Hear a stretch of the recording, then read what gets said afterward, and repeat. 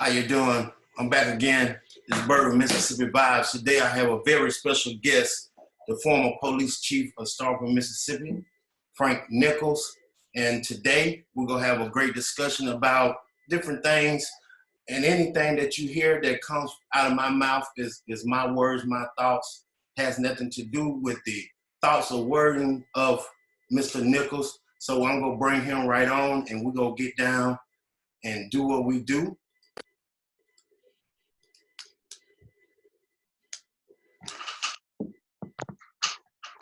Hello, sir. How you doing? Hey, Bert. How you doing, man? Man, I'm great. Great to see you. Great to see the pioneer, the trendsetter, the one and only Mr. Frank Nichols. And great to see you on this Mother's Day that you enjoyed your family and had good times with them. Now we here. You'll be able to grace my podcast and my YouTube channel, Mississippi Vibes with Bert. And first, I would like to just get into my opinion and my views about you as a man. I remember I met you at a young age. I didn't know well, the first time I ever met you, really, I think I was about 16. I got in some trouble. I think you arrested me by Texaco. Something, I can't remember. You was doing your job, but you know, I never, later on in life, come to find out, having conversations with my mom, that we was actually family members. And I just, from afar, watching you throughout your career, I know you had a military career. You was always a part of the police department. And I remember a few years ago, reading on Facebook, Frank has been elected the first ever Black police chief in STARKVILLE, Mississippi. I was dancing, I was doing a two-step, I was doing everything, because I don't know if people understood the magnitude of what just happened. Right. And when I seen that happen, I looked at it as this on the level of Barack Obama.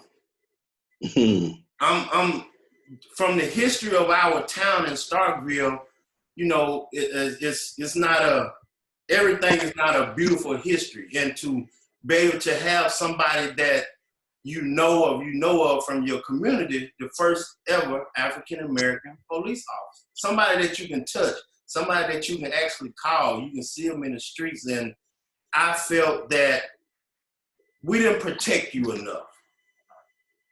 I felt that we should have protected you more. And what I mean about protection, so the audience can understand, I have somebody that I won't call their name, but we was in a situation that he has a very high-ranking job. We had been out drinking. We was pretty toasted. So I knew as my responsibility from him not losing his career, even though we both was in a situation that we shouldn't have been behind the wheel of the car, I took the keys. I drove the car. 5 minutes later, we ran into a roadblock. And we was able to, you know, have a conversation with the other, you know, African-American officer. We explained the situation, and he let us go. We was actually about a mile away from the home. But I knew that me taking a sacrifice for him was nothing compared to if he was behind that wheel and his name hit that paper the next morning, it was going to be very detrimental to what he was trying to do in his career. So that's what I mean. Sometimes we got to protect our people, our heroes, our pioneers, so they can never be touched. So that's my spiel about you. I appreciate it. Man, much. I appreciate you. I appreciate you. I want last thing. I remember I called you. This Friday was a Tuesday. A Sunday, my daughter got missing. And I didn't have your number at that time. So I called Mark Watt.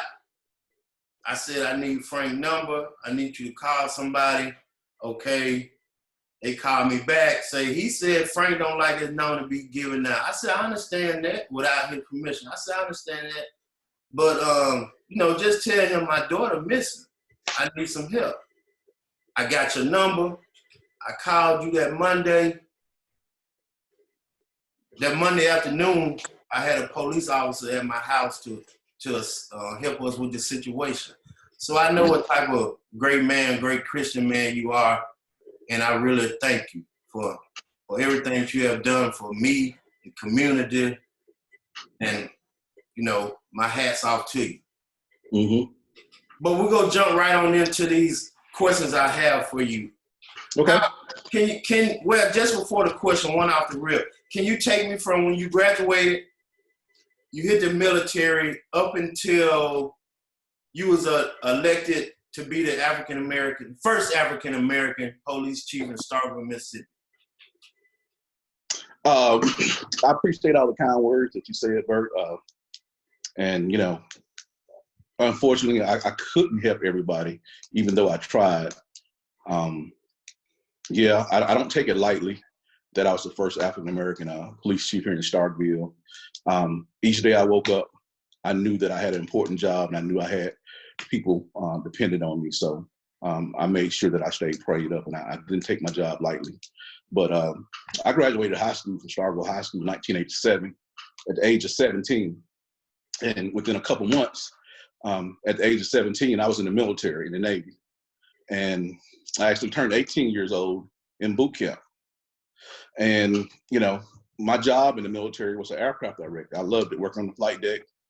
You know, I had a chance to be the first. My ship was the first ship on station during the Persian Gulf War. You know, movie filmed on my ship. The Flight of the Intruder was filmed on my ship. I'm in that movie. You know, just a lot of great things that happened to me without, you know, me not planning. So just God ordering your steps. And I'll tell you how he orders your steps. As I said, I work on the flight deck, directing aircrafts, and I love that job, man. I mean, there was nothing else more exciting, you know, for a 19, 20-year-old than to be up there on that flight deck, you know. But once we got back from Desert Shield, I had gotten promoted sometime during that deployment of 6 months. I had gotten promoted. And when we got back from Desert Shield, they needed someone to go be reassigned as a police officer, which was kind of a new job rating in the Navy. And nobody volunteered for it. And by me being the youngest, I was 19 years old when I got promoted. I got promoted kind of quick. By me being the last promoted, they volunteered me to do it. So naturally, you know, I didn't go happy. You know, didn't want to be a police officer. You know, didn't think about it. I wanted to work on the flight deck. Okay. So little did I know right then, God was ordering my steps right then. So I went there and never came back. When it was time for me to come back to my division, I stayed because I loved what I was doing, being a police officer. So from that, it gave me a taste of law enforcement. So when I got home, I kind of gave myself about 6-7 months. You know, if I hadn't gone to college or gotten a job that I want, then I was going to go back in the military. And actually, I started that process of getting on the police department, and it took about 4 or 5 months during that time. We didn't have the technology that we have now. So I started that process, and after about being out a year, I ended up getting on the Starkville Police Department. You know, and I was just elated to get on the police department, to be serving my community. You know, never thought about, at that point, being a chief of police. I mean, it was just so far away from my thinking that an African-American, not only that, me, could be the first police chief here in Starkville. But, you know, I've always been the type person who, you know, speak only when I'm spoken to, or try to keep my comments to myself. So, you know, I did my job. I tried not to get into a lot of stuff as far as gossip and stuff like that. I mean, believe it or not, police officers gossip too, as well as, you know, just in the community. So I pretty much stayed to myself a lot, you know, just few choice friends, because I was expected to do something, hold a job.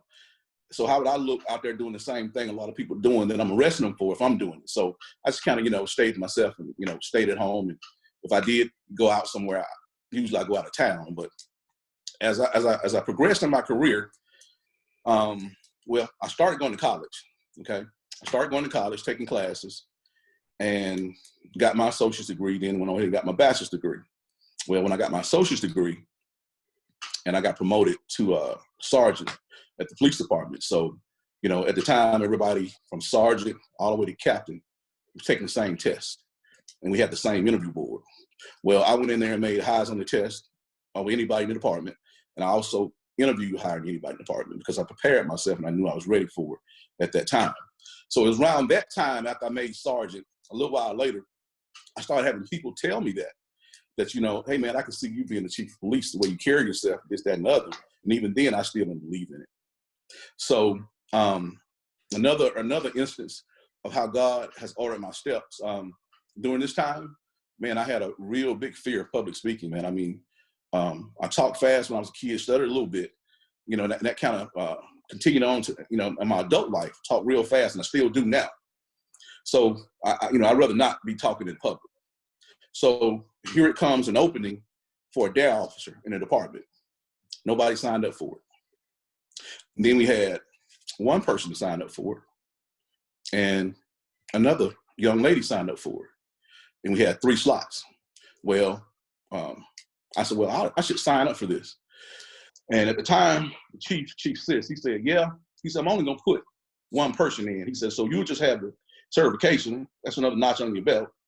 And, you know, who knows? So I went through the DARE course, 40 hours, real intense, public speaking the whole time, speaking in front of people. I mean, the whole thing. More intense than any public speaking class I took in college. So after completing that, when it was time to start school for the DARE officer to start teaching, the young lady backed out. She said, I don't want to be no DARE officer. So the chief didn't make her do it. So we still had another guy before me. And Chief said, no, you're not, you know, you don't set good examples. So I'm not going to put him in there. And he put me in there. And I did it for 3 years, man, and got real comfortable public speaking.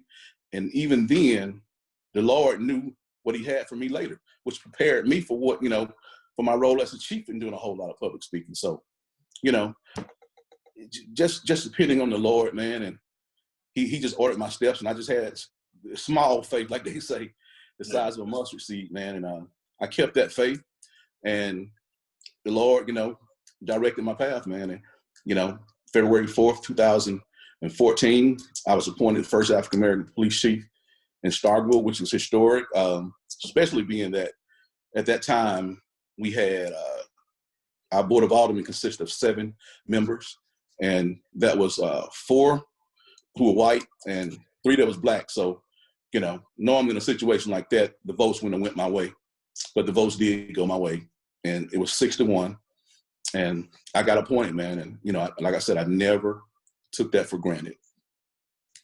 So when you got appointed, when you got the call, I don't know if you was there.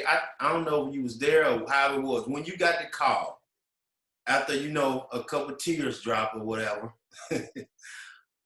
what went through your head? What was your thoughts of what, you know, what's going through your mind? You just made history. Yeah, man, it's time to go to work, man. You know, it's time to put up and shut up. Is what I said. And the thing about it is, the Lord had already given me a vision on things, how he wanted me to do things. So I simply just followed what he gave me. You know, we didn't have no technology at that time as far as social media and stuff like that. You know, and a lot of people think I put social media, you know, got us on social media to put people business out there, but that's not true. That's the farthest thing from the truth. The one of the main reasons why I wanted to get social media, of course, everybody has social media now. Right. All right. One of the main reasons was to keep the community informed. Because we as African Americans, man, we've been held in the dark so long. When I got to that police department, it was so much stuff going on. Y'all have no idea some of the stuff, racist stuff that was going on at that police department. You know, we had officers calling other officers the N-word. Right. Believe it or not, at that police department. So it was just so much we was in the dark about. And, you know, we don't even know what's going on in our own community a lot of times, you know. So that's the reason I started that, just to make people aware of what's going on, man, you know, in their community. And, of course, you know, it worked out I think for the good, you know. And like I said, nowadays, I don't care how big or small your department is, everybody has social media now. Yeah, that's getting back to the saying of, to me, I call it poverty mindset. Mm-hmm. Why, if you have a ounce of knowledge of what this man stands for, you know he's not doing this to put somebody's business out there. I mean, sometimes common sense has to step in, but like my dad told me, you know, common sense just ain't common for everybody.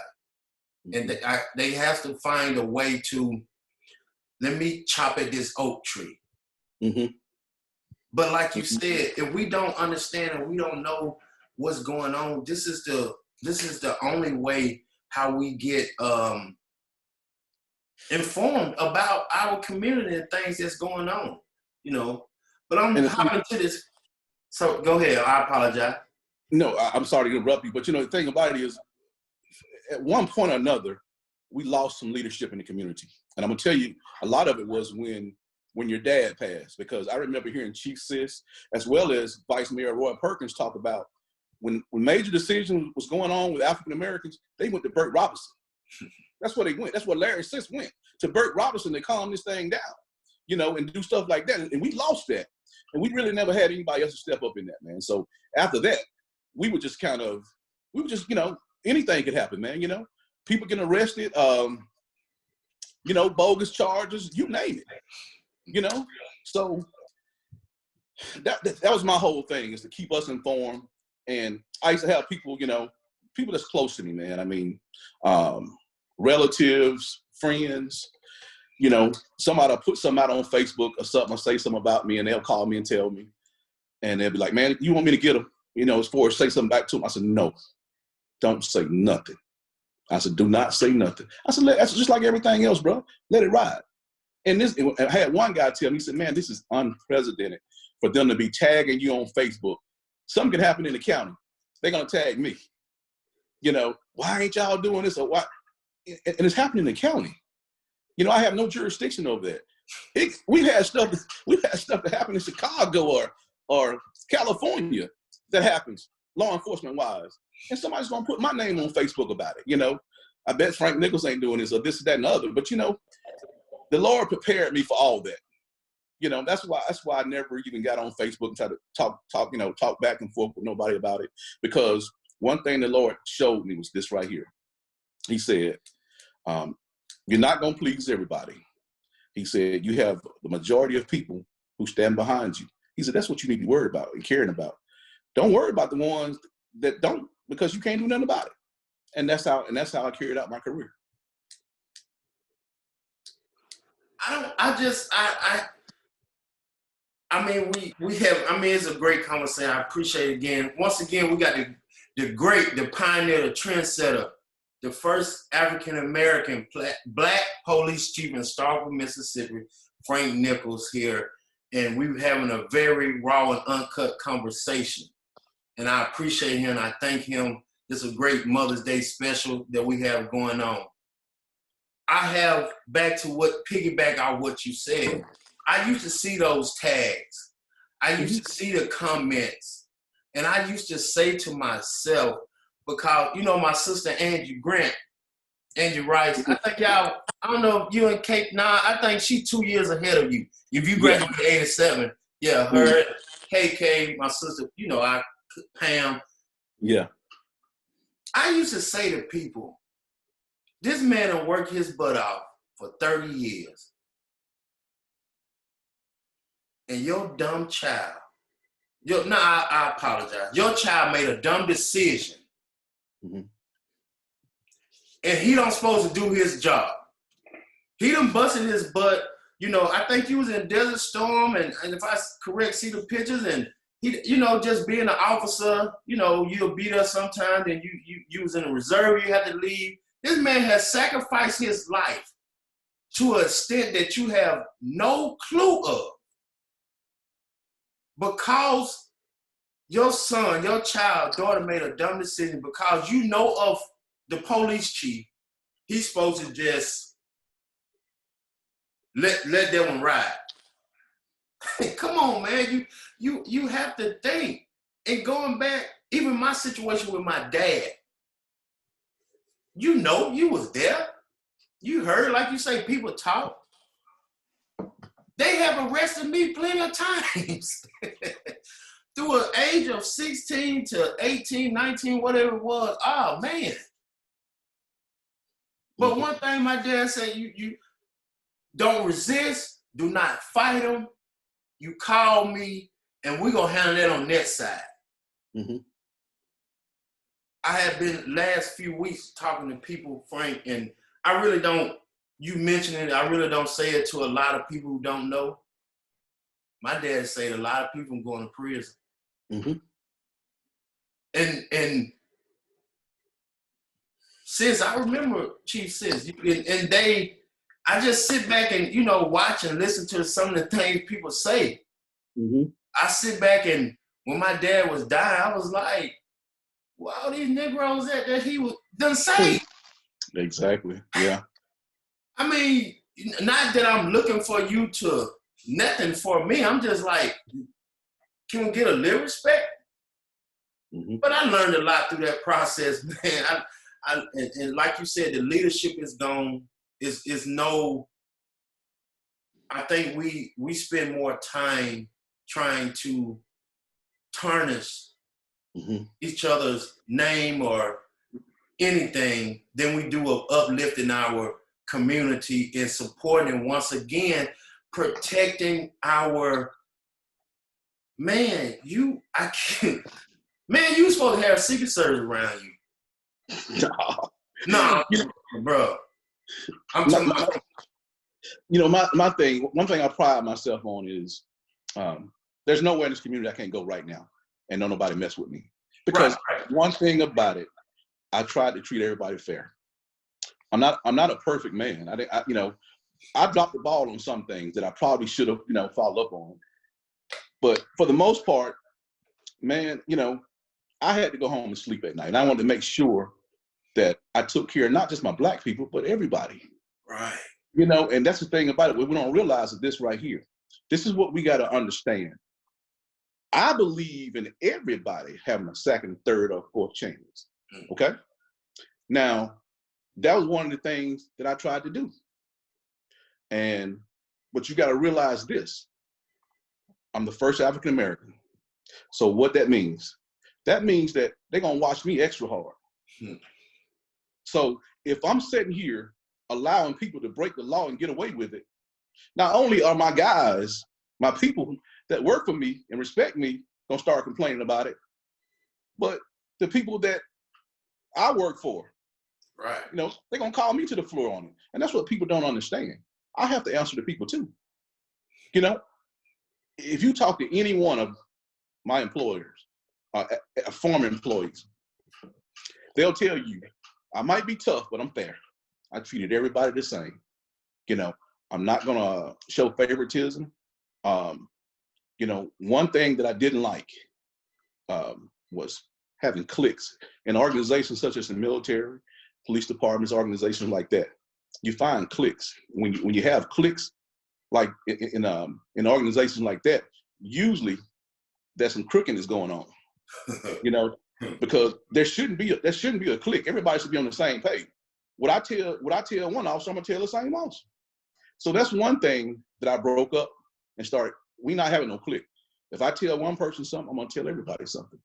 You know, and just to mention this again, which I told somebody when the new chief, which I think he's a good guy. I said, when he gets appointed, he's not gonna go through half the things I go through. How many times have you seen him tag since I've been retired on Facebook? And you're not gonna see him tag. You know, nobody's gonna talk about him. You know, and that's the thing about it, and that's another thing that I had to wrestle with. You know, and you touched on it. You know, as a people, we need to stick together more. You know, there's no other race of people that don't stick together. Preach. And we are that race, man. And you know, I didn't get in there be the police chief to put black folks in jail. You know, I got in there to do a job and make sure that black people are treated fair, and white people too. And that's what I did. If I could help somebody, man, that's what I was gonna do. I've helped so many people out there, kept their children out of jail, you know, that would otherwise got lost in the system. So, you know, do I miss it? Yeah. Do I miss serving? I miss it, you know, but it got to the point where it started messing with my mental health, you know, stress. Yeah. So it got to the point where Lord just said, look, I'm releasing you from this. You done everything I done told you to do. You know, so at this point, you need to go somewhere and sit down until I give you a next assignment. And that's what I'm waiting on. That's, and I understand when you're a very approachable and touchable person. When I meant about the Secret Service, that it's nothing, we just should have protected you more, man. It's man, we should have protected you more. We have to understand, we didn't understand the magnitude of what was going on. And I went to, after I seen that Frank Nichols was stepping down, I went to my Facebook post, I said, 6 months to a year, y'all gonna regret this decision. You will no longer, you did not understand how he brought diversity to this police force. I started seeing people I went to school with. I started seeing people that I knew, their kids coming on the force. I started seeing people that looked like us. See, it was no longer that in the 90s, in the early 2000s, how they was terrorizing the Brooksville Garden or any of the predominant black community sections of our community anymore. How you can't pay attention to what this man is doing? What, he need to make a public announcement? You don't understand. You have to pay attention to what he's doing so you can see it and you can acknowledge what he's doing. He has bosses. He has people that looking for him to, he didn't tie his shoe correctly. Let me check this right here. And we didn't understand it as a community. A lot of people, they read my stuff, they just think I'm crazy, but whatever. I just be trying to educate you on what's going on. So we covered, what was the biggest adversity you faced being the first African-American police chief?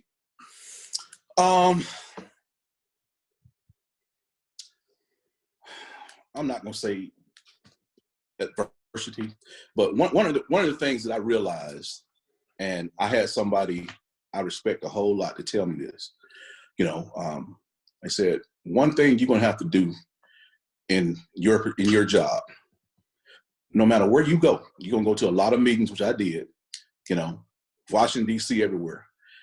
You wanna be, or at least you want everybody to think you that smartest person in that room. So I had to make sure that I knew what I was talking about, and that here I am put in a leadership position. That means I got to teach and coach, you know, employees, others. And that's what I always try to do. I try to stay abreast of, you know, new laws and stuff like that. And, you know, and as well as I'm going to touch on this too. During my 5 years in there, I hired more African-American officers than the 3 former chiefs put together before me. Preach. You know, so I think it's very important. I know the reputation that a lot of police officers got now, and I understand that. You know, a lot of them are not trustworthy. And I'm not going to sit up here and try to justify or condone some of the stuff that's out there. I'm not going to do it. But in order for us to change this thing, we got to get involved in it. If we just keep sitting back saying, you know, police this, police that, guess who's going to be doing the job? White people. Right. Guess who's going to still be getting mistreated? Us. Right. So until we get some people, until we get more African Americans interested in this, we're not going to make a change, Bert. We're just going to, what we're going to do is repeat history. You know, we're going to still get beat up. We're going to still get trumped up charges. Look at the prison system now. All the innocent people in prison because of poor police work, or not just poor police work, crookedness. Let's call it what it is, man. Right. You know, crookedness. You knew you was doing this wrong when you started doing this. Right. And that's one thing I just tell my officers. Do not get out there and mistreat my citizens. I tell them, every officer that got hired under me, I would tell them that. Don't get out there and mistreat my citizens now. These are my citizens. You know, and that's just the way I felt about it. So, you know, if I had to say adversities, I would say just always trying to be the sharpest person in the room. It's always in the back of your mind, I don't care who you are, that you're working in a predominantly white city and you black. Okay? Always in the back of your mind. Right. Okay? Not only do I have to deal with this, but I got to deal with my own people, man. And I shouldn't have to do that. You know, but like I said, God prepared me for all this. Or else I couldn't have done it, man. God prepared me for all that. And if I had to do it over again, I would do it over again. Right, because we need to so you can, so it is a possibility that you can come back and run and get back, you know, because I think I know a few people that you know. Yeah. You know, the thing about it is I wouldn't do anything that the Lord hadn't gave me directions to do. You know, I don't do anything for clout or, you know, for title. If that's the case, I'd have still been police chief. I wasn't doing that for title because honestly, I'm a very private person. You know, being a police chief, you're wide open. Everybody knows everything. And you know, so I would rather be a private person. But, you know, if the Lord tells you to do something, you better move on it, man. So if he tells me to do that again, yeah, I'll do it again. You know, I think I'm a little bit more prepared, you know, than I was going into it because I was a little naive going into it, you know. Right. But like I said, you know, here we are today. I'm still here. So, and like I said, I'll do it over again, man, you know. And the citizens, the African Americans, the black, the white, man, they supported me. I promise you they did. They supported me, man. I mean, they were there. Kind words. I go into a store, black or white, they coming up talking to me, man, and stuff like that. So, you know, when I'm complaining, it's not the whole. It's not even a majority that was bitter because you got some people just gonna be bitter anyway, man. For the most part, Starkville, Mississippi supported me, man, and I'll never forget that, and I'll always be grateful for that. Yeah, once again, we thank you so much. So, speaking on what you said about getting it changed, how can the black community come together and fight the injustice that social media has brought to attention that was been kept under wraps? How can we come together? First thing we got to do, man, is put away any jealousies, any problems we ever had. You know, people will be mad at me for something my great uncle did to somebody in their family, and they still carrying a grudge for that. It's time out for that. You know, and the thing about it is, and I hate to put it this way, but this is because I've thought about this a whole lot, man. You know, during the '60s, during the turbulent '60s, you know, of course, when civil rights era, black people stuck together, man. Mm-hmm. And you know why we stuck together? Because we all had a common cause. But now some of us got a little something, man, and we forgot. And that's where the problem come in now. We're individuals now instead of being a people. You know, Hispanics, no matter how powerful they get, they're gonna stick together. Man. Arabic people, you know, the people that own most of the stores, man, they're gonna stick together, man. You know, we gotta stick together. We gotta, you know, the people that's in our community that are leaders, we gotta trust in them. For instance, like the alderman we got, the supervisors we got to support them, man. Because one thing I'm gonna tell you about white people, they can have a problem with the next white man. But you know what? When it comes time to put him in a position versus you, they finna support him. Right. Guess what we're gonna do? We're gonna go support somebody else. Right. We're not gonna stick together, brother. We're not gonna do it, man. And you know, and some of the things, you know, that I'll never forget, you know, just some of the things in my career that I'll never forget, and which I'm not gonna use names, but you know, people, you know, you kind of touched on it, because they know me, they want me to go arrest such and such. I'm not gonna arrest such and such. You know, they want me to go to arrest the pastor of a church, you know, behind some money. Give me some evidence and we'll go. But I'm not gonna arrest him because you want me to arrest him. Right. Everybody's gonna get treated fair here. You see what I'm saying? Right. That's the kind of stuff that I had to deal with. You know, you don't understand the law. You don't understand that I just can't go put somebody in jail. You know, you got to have A, B, C, and D. When I tell you that, then I'm an ignorant N-word. That's what I am. I've heard them call me that. Right. But when the white judge tell you, we ain't doing nothing until I say so. Right. You don't say nothing. Until we can get over these obstacles and start trusting each other, we're never gonna be a people. You know, and until we get over the fear of being a police officer, we're gonna keep getting abused and misused. You know, you got to, in order to solve a problem, sometimes you got to get in there and be involved in it, and not just sit back on social media, you know, behind your keyboard where you're so big at. You know, all this stuff you putting on social media, ain't nobody hearing that but a few people that you're friends with. If you want to make a difference, go up to City Hall. Go up to the board meeting. Everybody gets 3 minutes to talk. You don't have to announce it. Just go up there and show up. If you want to make a difference, go up to that board meeting, because ain't nobody hearing you on social media. Go up to the board meeting and let your voice be heard. Go to the polls and vote instead of getting on social media talking about it. Until we can overcome all this, we're going to always be who we are right now. And that's struggling, you know, as it relates to being a people, you know. And there's no way I'm comparing myself to President Obama.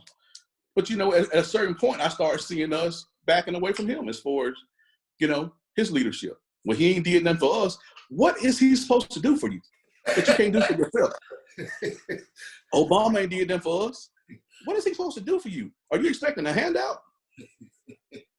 They don't understand how the structure of government is. You can't, man, the House, the Senate, all this stuff has to go in alignment with what his beliefs are that's best for the country to get things set forward. Mm-hmm. You cannot jump over your local, where you actually live, and think you finna be up there at Pennsylvania Avenue in Washington, D.C. Right. I mean, like, come on now. Right. How can I go from Frank Ben Person 675, I'm at 135 on Monday, Friday, I'm gonna jump over there 675 with Frank. I'm gonna bust my chest. I'm not even getting it off the bar. Right. So we have to understand that we have to study and read.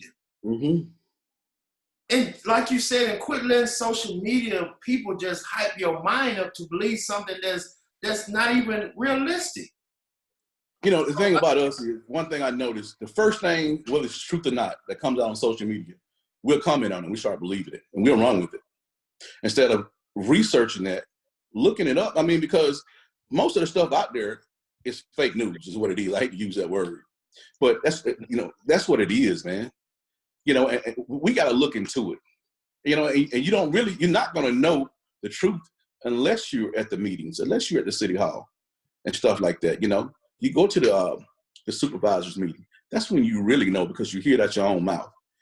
Quit letting other people tell you, and you know for yourself. You know, I'd rather see for myself, man. You know, but one thing I've always told, you know, because there's still a lot of mistrust in law enforcement. And of course, you know, now that I'm out of law enforcement, man, I see it a lot now. I see what a lot of people are talking about, you know. And when I do talk to people about that, you know, I tell them, you know, one thing about it, you got everybody got a cell phone. If you have any interaction with police that you're not comfortable with, light that cell phone up, put them on the camera, man. You know, that way you got your own evidence. Because if it had never been for cameras, the young man that just got killed in Georgia, nobody would be arrested right now. Right. Because of crooked law enforcement. I'm going to call it what it is. 4 months later. Crooked law enforcement, from the DA all the way down to the police chief. Crooked law enforcement. You know, but you know what? We rather sit back instead of getting involved. It takes all of this for us to get involved. Right. And every day, somebody is mistreated by law enforcement. Every day, man. Right. You know. And we have to understand it goes. I don't think they understand what is called the having patience in the weight game. Meaning, what I mean about that is, you can go and protest, you can hoop and holler, you can do whatever you want to. Mm-hmm. One thing that the white man, woman knows, the maximum time that the African American community is going to do that is 30 days. You got to get back to work. See, we can stand this because we got money. Mm-hmm. We have access to different things. Mm-hmm. You can hoop and holler for a week on social media about the killing in Georgia. Now we're gonna go back talking about who having sex with who wife. They already know that about us. Mm-hmm. A maximum of 30 days. I think St. Louis up there with Brown probably went 2 months, if that. Mm-hmm. Then while you're doing it, you burning down your own community. Oh my God! But, yes. But something that has this ain't the way to fight them. No, it's not. Y'all playing with BB guns and knives. They got ARs. They loaded with the knowledge. One thing I always, one thing. I'm sorry about that, but one thing I've always tried to tell African Americans about police interaction is, look, do exactly what they say. Do exactly what they say. If they mistreating you, do exactly what you say. Guess what? You live to see another day, then you come file a complaint. Let me take care of their butt. But I can't take care of it if you out there fighting with them. You see what I'm saying? Right. Do exactly what they said. If they belittling you, I'm sorry. Take that for that moment. I promise you, I'm going to get a hold to their tail. And it ain't going to be nice. Right. Just live another day. Do exactly what they tell you to do. You know? And that's one thing we got, you know, you're not going to win on the streets with that police officer. You're not going to win. It's not going to happen. I'm telling you right now. It's not going to win. You're not going to win because one thing, as a last resort, that man has a constitutional right, or that woman, to kill you, to take your life. Right. A constitutional right to do that. Right. Under the proper circumstances. That's the key. Right. So do what they ask you to do out there. If you're being mistreated, allow the police chief or somebody in that person's chain of command to take care of them. There were a lot of complaints that I got, man. You know, like you said, people come up to me in supermarkets. Every one I got, I looked into. And some of them, you know, most of them were frivolous, I ain't gonna lie, but a lot of them wasn't. And I dealt with it. You know, I dealt with that officer. You know, before me, there was none of that. Because if you was in that system, that clique, right, and they're gonna bring you in the office and say something to you, make you think something, and you're gonna keep going. And that person and nothing's gonna happen to them. You know, so I say it again, we gotta get involved, man. We gotta get into law enforcement. We gotta go to the medias. We gotta see what's going on. Other than social media. Other than social media, yeah. Other than social media, yeah. Just to come off the piggyback on that, yeah, I get back into the question, just, to tell a story about being involved and being able to have someone that can to help and not put my life in danger. I remember back in 98. This had to be 2000. It had to be 99 or 2000. He was an officer for the county. Mm-hmm. I was at club 12. What was right down by? What was across from the police station? That was 124, right? 124, yeah. Mm-hmm. Me and Vidal Maxwell was together a Friday night. We was at Texaco just talking, having a conversation. Officer rolling, this and that. Sitting there. They was doing my time. I was in and out of trouble. Officer pull up. I heard y'all just robbed Subway. I said, robbed Subway? I said, man, quit tripping. Nah, you need to come rest where you been. I said, first of all, don't put your hands on me. We haven't done anything. We have 20 to 30 witnesses. We've been standing here. Mm-hmm. A call came in from the city. Different other officers pull up. They looked like the suspects. There was this and that. First of all, everything was a bogus conversation. Mm-hmm. It had to do something with a personal situation that went on between me and him and a female. Mm-hmm. So Vidal was very upset about the situation. I said, Vidal, don't worry about it. I know my dad is asleep right now, but in the morning, we're going to make sure this taken care of. Mm-hmm. In the morning, when he called at 6 o'clock, I told him the situation. At 8 o'clock, we was at Dolph's office. And my father told Dolph, my son has been in trouble. He called me, I handled the situation. But what will not ever happen in this town is one of your officers messing with my son behind a woman. And he was suspended for about 2-3 weeks behind that. Mm-hmm. You know what I'm saying? So I understand what you're saying about don't put your life on the line for a bogus situation. Live for tomorrow. Mm-hmm. Live for tomorrow. That's what my dad always told me. So back to the question. Within your police officer career, what changes you observed to allow for the city to elect the first ever African-American police chief? To be honest, I think at that particular time, we had the right people on the board. We had African-Americans in the right place. Alderwoman Lisa Wynn, she was big behind that, man. She was big behind me being appointed, She was right there through the whole thing. I got to give credit where it's due. Vice Mayor Roy Perkins, Alderman Henry Vaughn. These people fight every day, man. We don't realize that. These people fight every day, man, for us. Y'all don't know what goes on behind closed doors. But these people fight every day to make sure everything is equal, man. Everybody's treated fairly. And, that reminds me of something. Of course, everybody's not going to be pleased with me as far as officer-wise. And, of course, a lot of stuff get back to me. And the one thing, I had officers to leave, and the one thing I always heard was he let the thugs get away. He don't want the thugs arrested. And when you look into that thing, it was black people that were referring to. It was black people that were referring to.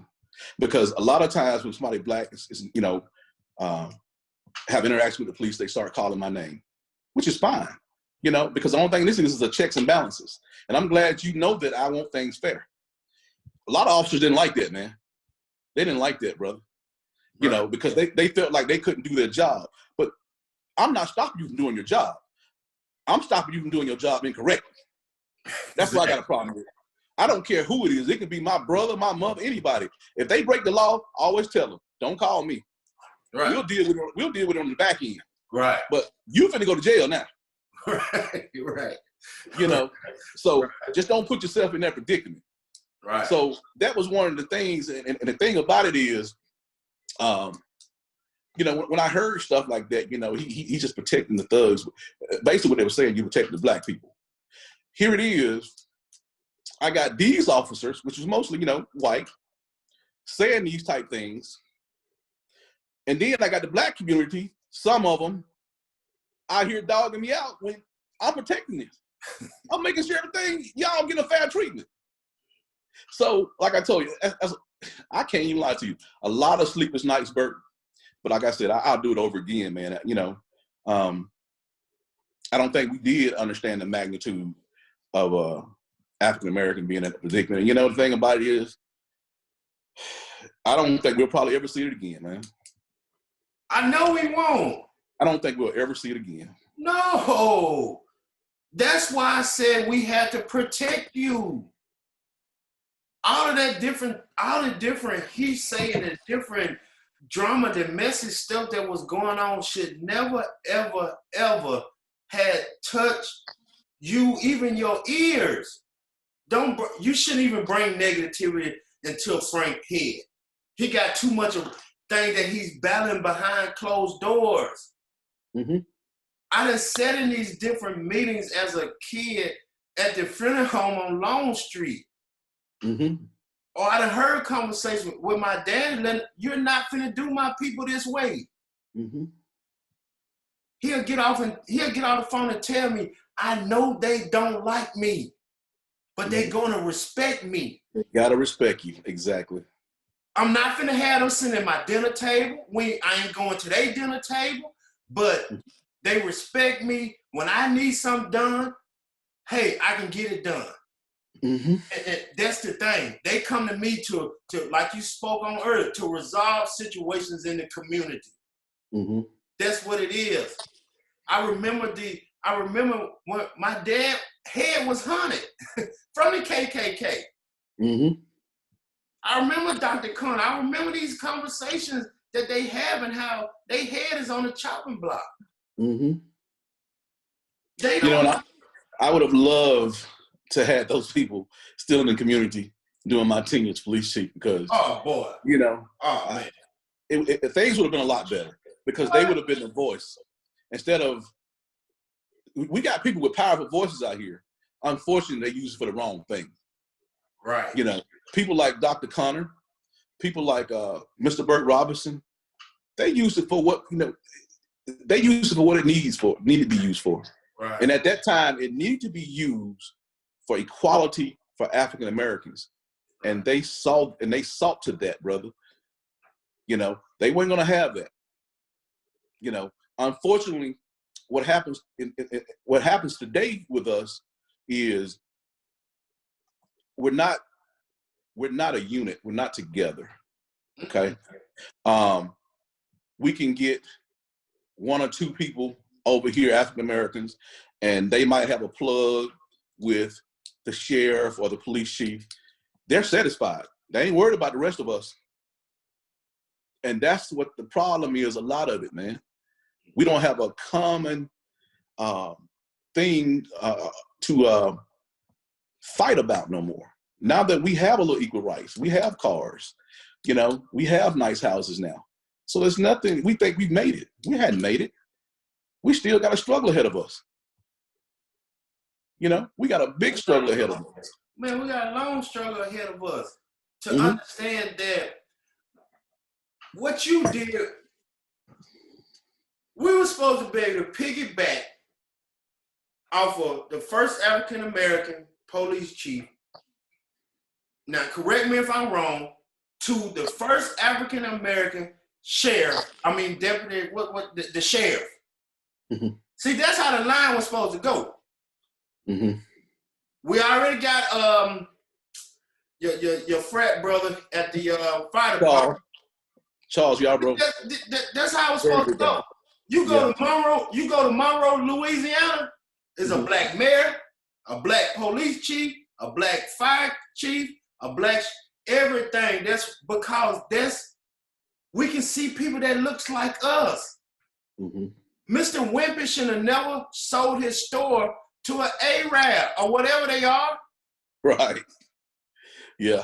How you run Mr. Wimpy off the West Side? He been there since you was a child. Yeah. Long as I can remember. Right. Mm-hmm. How you Mr. Bubba who had the gas station on 82? Mm-hmm. These are people that was fighting in the front line of our community. Mm-hmm. And now we went to I think we just been over too much. Well, you know, a lot of it has to do with not knowing. And I don't want to use the word ignorance because people use that word in the wrong context. But we just don't know a lot. If we're not careful, man, we're going to look up. Most of the black neighborhoods in the city limits of Starkville are going to be taken. You know, because that university has to go somewhere. And they're bumping up against black community. And guess what's going to happen if we're not careful? We're not going to have a black community. There's not going to be a need more or places like that. Because the university got to go somewhere. So, you know. Yeah. If y'all ain't listening, y'all better be listening to what this man telling you. He giving you knowledge now. You better wake up and stop playing. You better stop playing. They gonna put you into I don't know where they gonna put you at. But man. But you know, like you know, I'm gonna say that I have no regrets being a chief of police. You know, now that I am a regular citizen, man, I'm gonna still do my part to make sure not only just African Americans, but everybody is treated fairly. But you know, if I can lend my voice to help the African American community, man, that's what I'm gonna do, man. You know, that's what I'm gonna do. So we need leadership in the community instead of division. We got a lot of division, man. Right. We got a lot of division. You know, until we get on the same page, you know, we're not gonna grow as a people. We're just gonna, you know, we're gonna stay stagnant who we are, man. And that's, you know, and that's the bad thing about it. You know, and I think, you know, it goes back to, and I hate to be the conspiracy theorist, but, you know, it goes back to, you know, planting drugs in LA, stuff like that, you know. Black people's involved in that too, man. Right. You know, we give one or two blacks, you know, a little handout, and he'll, you know, poison the rest of the blacks. Right. You know, until we can lose that mentality, man. Right. You know? Sell out. A lot of this stuff that's going on, a lot of these diseases, drug epidemic, that stuff ain't just happened by chance, man. That stuff was planted to get rid of a race, and that race was us. Man, I tell people, you know, I do read. I think it started back in 1918 with the Chinese, with the hookahs. They changed the law for that, with the hookahs. Then they went to the marijuana with the Hispanic culture. Then they came with us with the, you know, we move up with the crack epidemic that started in the 70s and the 80s and went on, you know, and I don't see in our mind, they used that to kill us, but we still was able to rise. Why not keep rising for the correct cause now? Why do we dislike each other so much? You know, that's the $1 million question, and you'll be a millionaire if you can answer that question. But, you know, it goes back to this. Not only did they plant drugs to kill us, but also when they realized, okay, you know, this ain't moving fast enough. So guess what we're going to do? We're going to take the same cocaine that you can get caught with a brick of and go down there and do 5 years. We're going to let you get a rock, and we're going to enhance that penalty, and we're going to give you 30 years for having a rock. But the same person can have a brick of cocaine. Look at the disparity, man. This is things that I fought against, and we have an organization called NOBLE, National Organization of Black Law Enforcement Executives. Very powerful group, very powerful. It consists of like captains and above throughout the United States. Very brilliant people who in law enforcement. They fight, man. People don't know how much they fight, man. They fight for us. And they constantly fighting this disparity with the crack and the cocaine. Crack is cocaine. So how in the world are you giving this person 30 years for a rock and this person for a whole brick 5 years or probation? Because you know that cocaine is considered a white man's drug. Is there a party drug? So we got to look at, we can't take, because Lil Johnny is Judge Doolittle's son. So if you running that party with, any of his associates or whatever, they got a brick of powder cocaine, they just partying. That's all they doing in their mind. Right. Yeah. If you out there selling crack cocaine, you are destroying the black community. You are a menace to society. It's just different language and legal that they use to, they ain't tricking me, but we need to understand that they use it to trick our culture, and we need to step up and educate ourselves and get behind the right movement. A lot of things, there's always something behind the curtains, man, There's always some up somebody's sleeve, and I believe this. I believe the reason that marijuana is not legal in a lot of states is because when you make it legal, you got to open them prison doors and let them black folks out of there who sold it.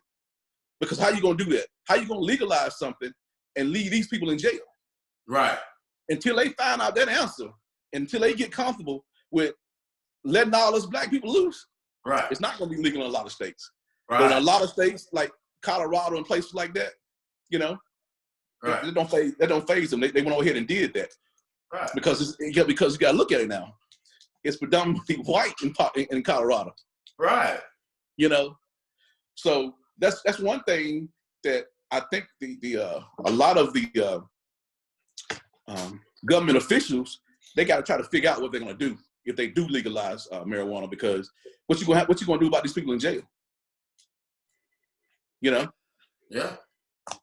We'll be the last one on the totem pole for that to happen, man. But that's why I say we have to start voting on our local, state level. We have to worry about home first. Once we cover home, once we cover the state and get all these people out the way, because we have enough educated African Americans to run the state of Mississippi, to run whatever it is. Stop. Then we'll go and use myself as example. If I'm running for governor, some woman or some guy is going to send a video, a text message or something to somebody to let it hit the newspaper.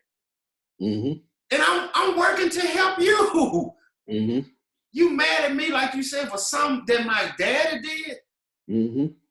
Come on, man. But if you look at things historically, and I hate to keep bringing up the 60s, but in the 60s, man, believe it or not, we were a powerful people because we all stood for one thing, and that's equality.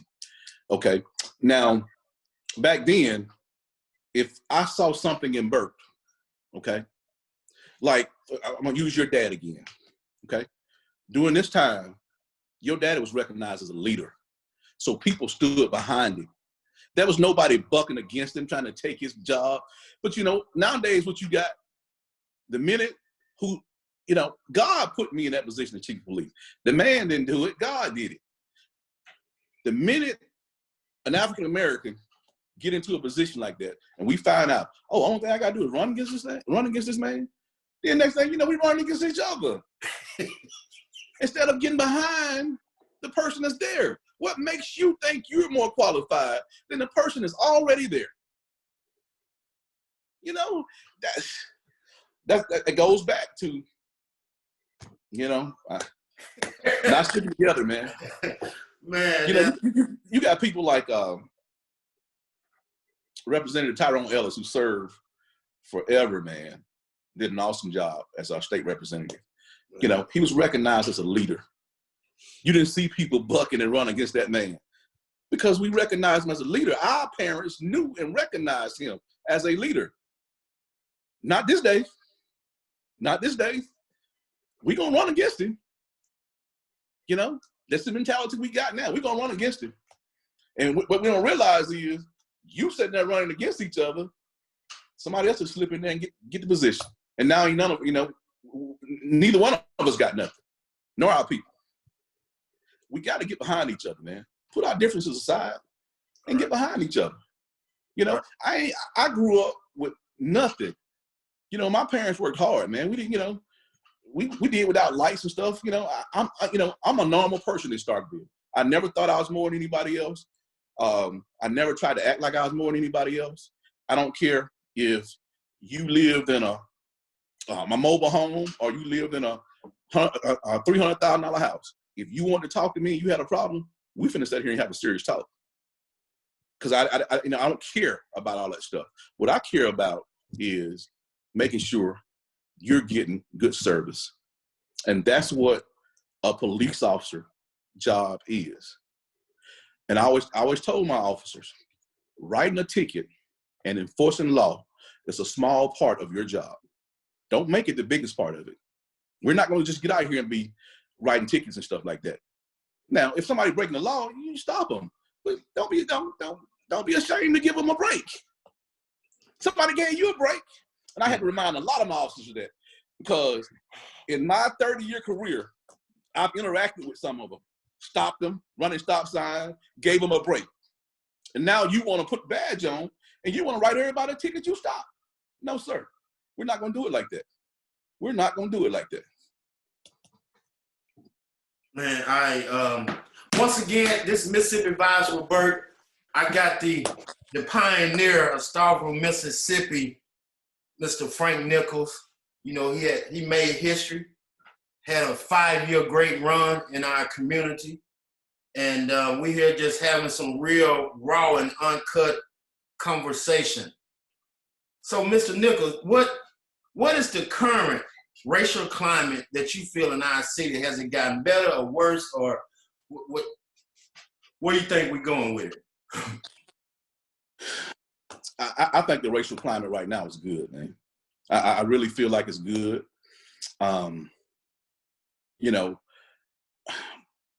Starkville is a place where a lot of the stuff that went on throughout Mississippi, Starkville didn't experience a lot of it, during those turbulent times.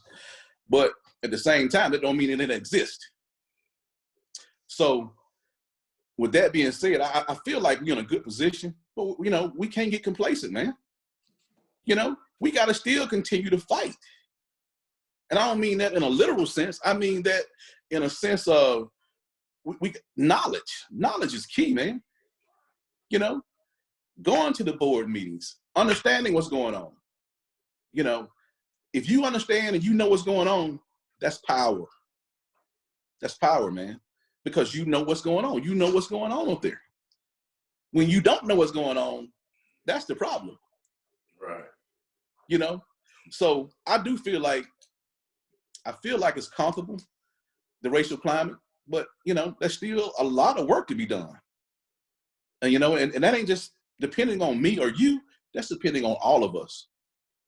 But before we can address the racial climate, we gotta address our own self. We gotta get along with our own self. So how well, you right about that. So how do we? I'm trying to see how can I put it. How do we fix us? How do we start having gatherings every week, meetings every week, or once a month to talk about what's truly going on in the Black community? What is the steps that we can take to move this in the right direction so we can sweep around our door first before we can go out and, ask the city or demand leaders within our city to do certain things? Well, I'm gonna go back to the older days. A lot of stuff that went on in the community came through the churches, and we got to get back to that, man. But you know what? It goes back to what I just said. How can we depend on the church when the church fighting each other? Mm. We're so busy fighting amongst each other, we're being hoodwinked over here. And that's what they want us to do. They want us to fight amongst each other. And guess what? They're going to pull the wool over our eyes 100% of the time. And that's what's going on. You look at it now. Just look at it, Bert, now. You think about it now. One of the most powerful churches in Starkville, fighting, inner fighting. Okay. You think it's coincident? You think that's coincident? Now we ain't got to worry about that. We ain't got to worry about that over there now. So we can do whatever we want to do up here because y'all over there fighting each other. So how can the church lead us when we fight each other? But it got to go back to the church, man. You know, it has to go back to the church because you know who has a strong voice? Pastors, preachers have a very strong voice. But we got goes back to anything. We got a good teachers, preachers in there, man. You know, a lot of that stuff can turn into a money game.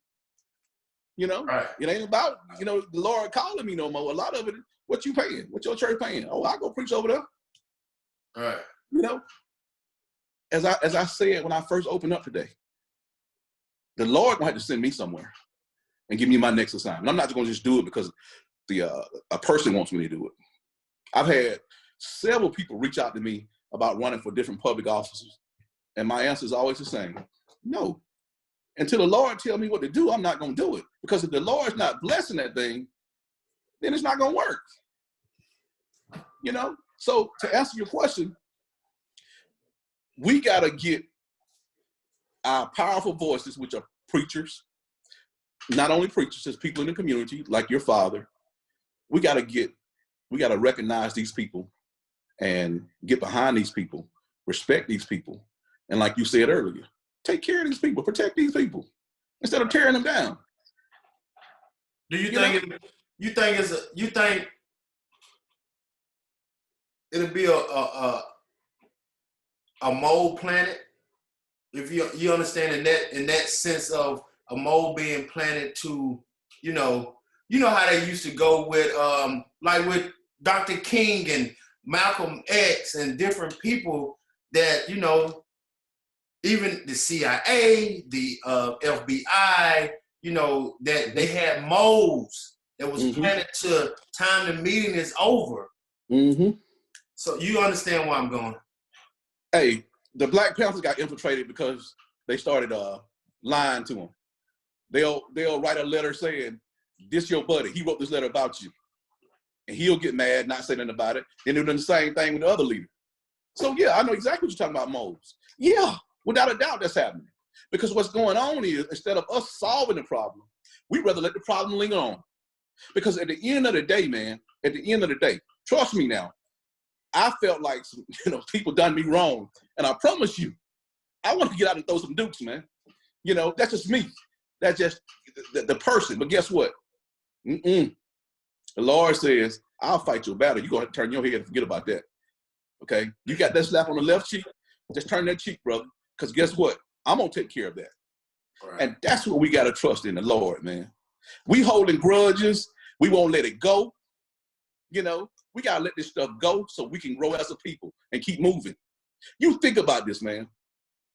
Imagine this, every Black church in Starkville, Octavia County, every Black church got together for one common cause. What do you think we could do? Man. Shut the city down. Shut the city down, man. Shut it down. Shut the city down. Shut the city down, man. If we just got together, all of us got together, man. But you know, too much.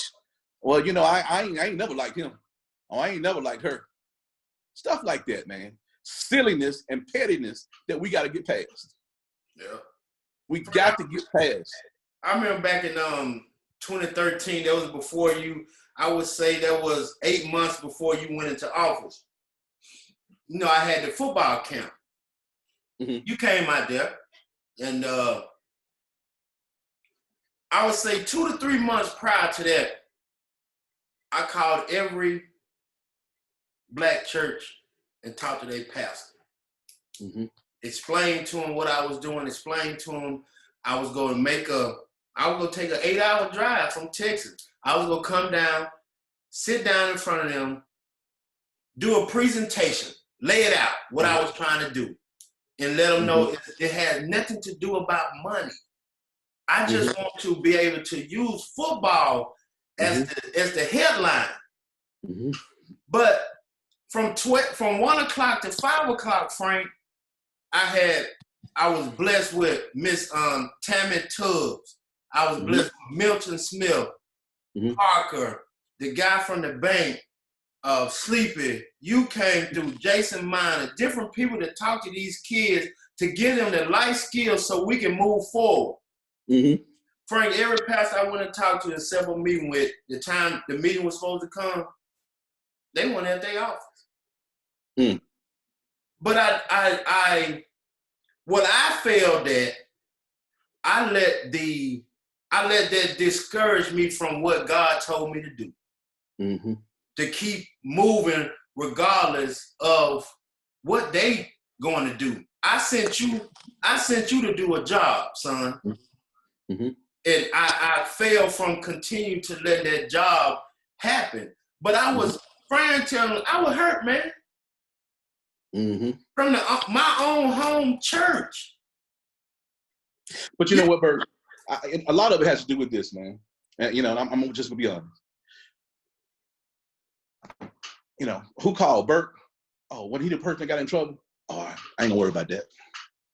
Not knowing everybody can change, man. Everybody can change, man.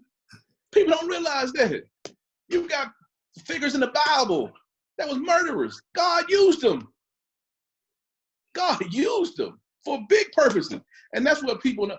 We won't let each other forget what we done. We won't do it, man. Frank, you know what's crazy? I understand what you're saying. That was in 2013. The last time I committed a crime was 1999. 14 years later, still to this day, I see people would talk to me I haven't seen in I don't know how many years. I'm 40 years old. The first thing to say, you still getting in trouble? I'm like, man, I was 17. Yeah. I was 18 years. Come on, I was a wild child with no guidance. I can't never live it down, but I'm, you know, now that I know better, I'm going to get back to what God has for me to do and just do my part. You're going to be blessed. If you're doing what God asked you to do, how can God fail? It's not possible. Right. So if he's ordained you to do this, then you better do it, brother. You better do it, man. And whether you get one person or 100,000, God done bless you to do that. It ain't about numbers, man. When it comes to God's kingdom, it ain't about numbers, you know, because, you know, I ain't going to lie to you. I don't want to be in heaven with some of these people down here. So,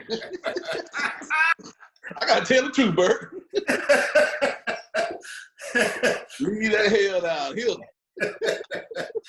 Boy, I tell you, boy, man, I've been reading this book that's trying to, you know, help me, you know, just take my life to a different level. And it's talked about grace and cheap grace. You know, grace is when you following God, what he has for you. Cheap grace is what we trying to do to please man. And that was powerful. Like, wow, I never, you know, but a lot of us, God's grace, we'll put it on the shelf and let all that dust get on it. Yeah. Then when we need God's grace, we want to dust it off for a second and bring it back. And, you know, I'm holding them down for a minute. Then when God get me back on the path, I'm putting right back on the shelf. You know, I done did it. You know what I'm saying? I done did it, you know. I done done it. And yep. But once, you know, man, it's oof. One thing about it, Bert, one thing I had to realize is this right here, man. God ain't gonna never fail you. And, you know, I had to learn it the hard way because I put my trust in people. And, man, people will let you down 100% of the time, man. You know, when I became a police officer back in 1992, man, I lost friends because I put the badge on, okay? I progressed in rank. I lost friends that worked with me. You know, a lot of them jealous, whatever. Now that I'm not the police chief, I've lost friends because I have nothing else for them to try to gain from me. I realized that, but you know what? At the end of the day, I still got the same person that was with me all the time, and that's the Lord. Coattail ride or something else, ain't it? Huh? Yeah, it is, man. Coattail ride or something else, man. I don't understand how people supposed to predict and how they envision that your life's supposed to go, besides being supportive that this is my angle of my career. Mm-hmm. This is what satisfied me. You know. But you know what? One thing I realized about the position of police chief, everybody know how to do it. Everybody know how to do it. So, you know, when I retired, I said, I'm going to let everybody do it. I'm done. They can't even read statute, whatever. They talk about, come on, man, stop it. Yeah, everybody can tell you what you done wrong and how you supposed to been done it and all this right here. But you know what? My whole thing is, you ain't telling that guy out there now that, so how, why would you, how do you feel like you could just come tell me that? You ain't never done it before. Right. And you ain't gonna do it, and you ain't gonna do it after me. Right. They scared of him, man. They scared of him. I seen when he left. I seen you had left. He came in, and I told him people, I said, you finna catch hell now. If you think you ain't finna catch hell, if you think all them different roadblocks and all the different, and I seen a few old faces, they done brought back from the old days. I tried to tell them, here it come. If you out there in them streets in Starkville, Mississippi, I guarantee you probably need to leave town or you need to change your wannabe career. Because they finna put your head. The thing about it is, and that's kind of the disappointing part about being, in law enforcement, being a fireman. I remember when I got hired in '92, and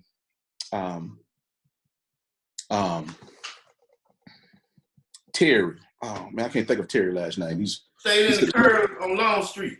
Yeah. Mm-hmm. I don't know why I can't think of his name, but Terry was telling me stories, and this was going on in the '70s, man, in the early '80s. Right. When they were firemen, how firemen stay 24 hours at the station. Right. And they all got these little bunkhouses where they stay. There is a bedroom, big large bedroom, like dormitory type deals. Do you know? During his time, the black people couldn't sleep in there.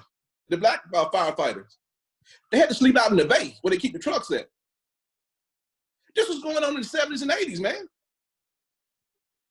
This is the type of stuff we had to put up with that people are ignorant to. Wow. There was pride before Willie Harvey Johnson, or there was before Chief Johnson took over. Chief Johnson could tell you about it. They had to sleep out in the bay. They couldn't sleep. They wouldn't let them. This is the late '70s and '80s now. They wouldn't let them sleep in the dormitory. They had to sleep out in the bunk. Where they keep the trucks at. In the garage. Yes. Man. Yes. It's that type of stuff that we as public servants has gone through for our communities. And for our communities not to respect us, man, it's just like, it's just like a slap in the face, man. You never know what I've gone through in my career. I'll never know what John Outlaw, great man, went through in his career. I never know what Elmer Cooper, first black officer, Starkville PD, couldn't arrest no white folk. He was hired to arrest black folk. Do what? That was his job in the '60s. You police the black folk. You ain't police no white folk. That's stuff they went through, man. And we are ungrateful people. We've come a long ways, but we got a long ways to go, man. So I just can't. You hired me to pay me give $10,000, $20,000 a year just to arrest my people. Just to police your people. The people I go to church with, and I'm supposed to congregate with, I'm supposed to do all this stuff with. My job is just to go out to seek and destroy my own community. Wow. Yeah. Well, no, it wasn't a seek and destroy them now. It wasn't a seek. That wasn't the mission. The mission was basically, you know your place. Your place is with your people. That type deal. You know, we'll take care of the white. You take care of the black. You remember the scene from the original In the Heat of the Night when Mr. Tibbs, who was played by Sidney Poitier, went to the flower house to talk to the white guy about a murder. Right. And Sidney Poitier was a very intelligent investigator. That was his part in that role in that movie. So he got to asking the white man questions, and the white man didn't feel like he was supposed to ask him questions, so he slapped him. And Sidney Poitier slapped him back. Right. And and he just felt like the white chief of police, he should have killed Sidney Poitier. But that's just the way it was back then. We had to conform. But that's no excuse for it today. Are we still locked into that mentality from the 60s, that the reason that we feel some of us feel that we have to conform? Or, why are we afraid to it's I don't know. I think it's I don't know if it's a trust issue. I'll tell you a very funny story, man. It's a true story. One of the officers that I kind of came through the ranks with before he went to the county, Shank Phelps, he and I got hired around the same time. And he laughs at me all the time, man. He'd bring up that old story. And this was in the early 90s. I'll never forget it, man. We had a shoplifter used to be Sack and Save down there at that plaza. Right. Man, it was storming. It was raining cats and dogs, man. So I ended up stopping the car. African-American gentleman was driving the car, okay? And he stole the stuff. The stuff was, no sack, was on the back seat of his car. So I got him out the car, me and him stand out in the rain, and I'm begging him. Man, please don't make me use no force on you. Come on, go over and get in this car. Wouldn't do it. You gonna have to fight me and all that. I'm begging. I'm literally begging him. Brother, I don't want to hurt you. Shank Phelps pulled up and said, get your GD hands on that damn car. I'm gonna put these cuffs on you. Yes, sir. I done begged him for about 5 minutes in the pouring rain. But because I was black, he was black too. He wasn't gonna do it. Yeah, man, it's crazy. What advice you giving a young people, man or woman, who will be considered a career in law enforcement? Law enforcement is a good career, man. It's not going to change until we get people in there to change it. If we don't have African Americans who want to do the job, this stuff is going to continue to happen. That's happening. African Americans being killed, at the hands of police officers. Until we get some young men and young women in this profession, this is going to continue to happen. We gotta quit telling our kids that all police officers are bad, because that's not true. Kids learn from an early age that police officers are bad. And they grow up not wanting to do that job. It's a good career, but we got to get good people in it. Until we do that, we're going to continue to get killed. If it wasn't for these cameras, a lot more of us would be still getting killed. A lot of it stopped, but a lot of it's still going on in these bigger cities and things like that. And some of these smaller cities as well who don't have cameras. There's still agencies out there that don't have cameras. That's why I'm telling everybody, you have a cell phone, video it. Video it. But until we get people in this profession, Bert, man, it's going to get worse than what it is. Because what you got to realize is this. I had a guy to get hired the same day as me. He's a good fella. You know, he got hired the same day as me. The first time he ever saw interact with anybody black is when he went to Southern Mississippi. 2 years, for 2 years. He went to a junior college or something. And when many black people there, all through his high school, all that. He interacted with black people for the first time at Southern. 2 or 3 years later, he was a police officer at Starkville PD and had never interacted with anybody black. We're going to continue to get these type people until we realize we got to be a part of the solution and not a part of the problem. If you're not getting involved, then you are part of the problem. You know how dangerous that is? You know how dangerous that is? That a man is 20-some years old and never interacted. He head hunting. He is head hunting. If people don't understand, he head hunting.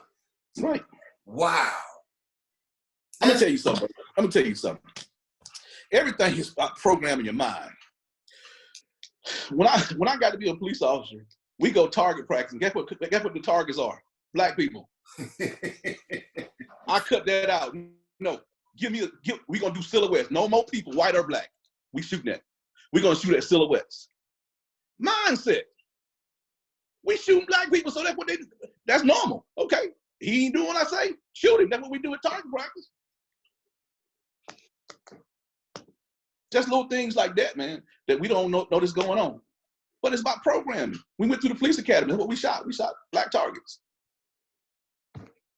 Wow. I just thinking of that one. Yeah. That's most time when you go to a shooting range, it's a black little figure that you, right. Wow. Man, this has been a great Sunday, man. I really appreciate your time.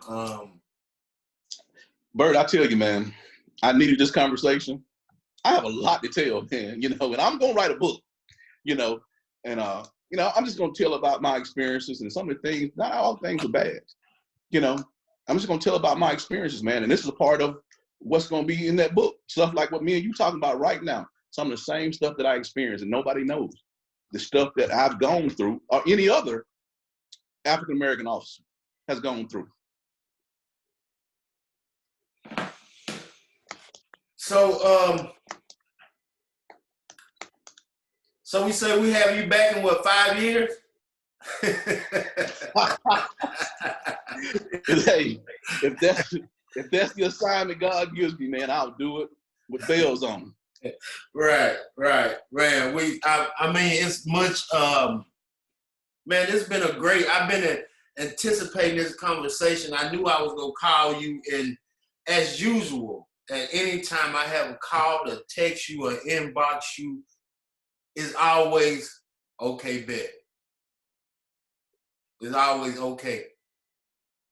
Trying to get my I think I told my brother B, Bailey, when I was getting my insurance license and stuff that wasn't supposed to be still on my record, it pops up.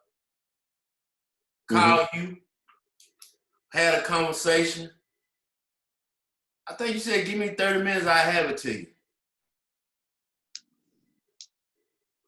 That's what kind of great man. That's the great man and the characteristics that you hold within yourself that a lot of people don't take the time out to sit and to know Frank Nichols, besides the hearsay and the different stuff that they might felt that went on behind closed doors. That my dad always told me, you make sure you keep your Rolodex filled with the right people. Do not waste those people's time calling with no bull jive. I'm gonna use bull jive, but my dad, he used a different word. And that's what I do. And I was because Frank, when I was getting my insurance license, I went out social media. I shut down everything for a month. I studied that insurance test. It was a 150 question test. Out of 150 questions, only 10 of, no, about 30 other questions was what I studied. Wow. Wow. Oh, man. So, you know, what I learned in school, you know, is a process of elimination. I go through what I know, then I go back. I'm finna, you know, I'm finna use, now everything is common sense. Mm-hmm. So when I go, boom, I pass it with a 90, what I had a 93. You know, you don't need with a 70. I got a 93. Wow. I got a That's 93. outstanding. Right. Appreciate it. I got a 93. So I'm waiting. It takes up to a month to receive your license, you know, state of Texas. Mm-hmm. So a month and passed, month and a half, 2 months. Man, where my license at? I called a woman. Oh, we got some from 1990. I said some from 19. I was crushed, man. Yeah. I was like, I was crushed. Yeah. So I said, so she said, what can you do? She said, she was an African American woman. Mm-hmm. She said, you need to get some letter of recommendations. So I wiped my little tears and I got on the phone. I got on the phone, you know, I need to talk to you because, man, I need some help. I explained it to you. We talked and you said, hey, just give me a minute. Then after you said it, you asked me, was that good enough? Mm-hmm. Hey, that's all I needed, man. So your letter, Parker, couple more people. I shot it to her. And, you know, I was able to receive my license. And one other thing you told me to do, you said, cuz, you need to go handle that business, get that stuff off your record now. Mm-hmm. And, you know, it's just that people don't understand. I don't know if they're afraid to get to know you or get a sense of what you stand for, or they'd rather just go off of what Suzanne or Dupree said or something. I don't know. Mm-hmm. But I always know you was a great stand-up man that always treated people fairly. You never, you know, I ain't never heard no negativity about you. So, you know, I'm not perfect, man. You know, I've done stuff, ignorant stuff, you know, out of anger and stuff like that, especially in the situation with me and my brother, who of course I love dearly, you know, but at the end of the day, you know, a lot of people came to me after that incident, was like, man, you know, what we gonna do about this? We ain't gonna do nothing. Because you know why? I'm gonna take my medicine on this. This is what I did wrong. And I'm able to accept that, man. You know, if you don't admit to what you're doing wrong, then you're gonna continue to do wrong, man. And I'm not perfect. I've done wrong, but I've always admitted it. I'm that person. right. What they first, I ain't gonna dive deep. I'm just gonna say this, I'm leave it alone. First of all, there's no way in the world what happened with that incident that it should have even, they allowed it to happen. I'm gonna say that, and that once again, anything that I'm saying that's coming out of my mouth is my opinion. Frank has not told me anything to say, so I don't want nobody going back to my Frank done told Pooh, Bird, or whatever to say nothing. No, it's not that. That shouldn't have never happened. Well, you know, I ain't gonna say it should have never happened. You know, I just like said in my opinion, Frank. I'm able to admit when I did wrong, and I was wrong for that. I shouldn't have handled it like that. Even though, just like any other parent, somebody mess with my kids, I'm probably gonna do it again now. I ain't saying I'm gonna do it no more. Right. You mess with my kids, and I'm gonna deal with you. You know? So, but for the sake of that and me being in that role, I should have handled that better. I have no problem talking about that because I've put it behind me. I've realized what happened, my role in it, and accept it, man. You know, I'm not perfect. Nobody's perfect. That's why I don't mind. That's why I didn't mind giving a person a second, a third, or fourth chance. You know, I've had parents come to me with their kids, and, you know, people have this misconception that when you're the chief, you know everything that's going on. Mine are stuff that's in a department I don't get involved in. I don't get involved in a lot of stuff until somebody bring it to my attention. And then I'll call my detective and say, what's going on? Can you catch me up on this case? Otherwise, I let them do their job. And I'm assuming you got a sergeant, lieutenant, captain, assistant chief. I'm assuming everybody's making sure you do this job right. If it comes to my desk, I'm gonna deal with everybody who didn't do the job right. You know, and some things, for instance, you know, we've had kids, you know, at the high school get involved with having sex, you know, and what we don't understand is if you are 16 and you have sex with a 12-year-old and you're 16, it's over with. You're going to prison for a long time. If you have sex with a 13-year-old, you're going to prison. If you have sex with a 14-year-old, you're going to prison. That's what we don't understand in the Black community. You know, and these people have to go through the system for something they did when they were 16 years old that's going to stick with them for the rest of their life. I stopped. Not that I didn't see justice being done, but I gave them an alternative. We're not going to do this to this young man, okay? Let's do this to him, you know, and let him prove himself. A lot of that I did, you know, keep people out of jail, keep them, because the stuff I done when I was 16, Bert, I don't even remember. You know, I don't even remember, man. So that's why I believe everybody should have a second, third, fourth, fifth chance, because guess what? That's what the Lord then gave me and keep giving them to me. So who am I to hold somebody to a standard that I'm not even living on or living to? So what can we implement in to stop the pipeline from the prison pipeline? For instance, like you said, how you stepped in and handled situation, we have an alternative method that we can use. What implementation of some type of system that we can bring to the table that would work with the, you know, judicial system and everything to, you know, with the officers and the judge that, okay, this and that go on, we'll send them over here. How can we implement that in Starkville to stop this pipeline to prison? Glad you asked that. Man, we got a program here set up in Starkville. Michael and Yolanda Haddix, they have a program, an alternative program, where Michael goes up to the juvenile court system all the time. He lives up in there. He's recognized as an officer of the court. Instead of sending these kids to reform school and stuff like that, a lot of times they'll let Michael work with the kids, which is a great alternative. But at the same time, guess what, Bert? We ain't supporting him. We who benefiting from this, the African American community, we ain't supporting him. Do you feel the community know about him? About this program?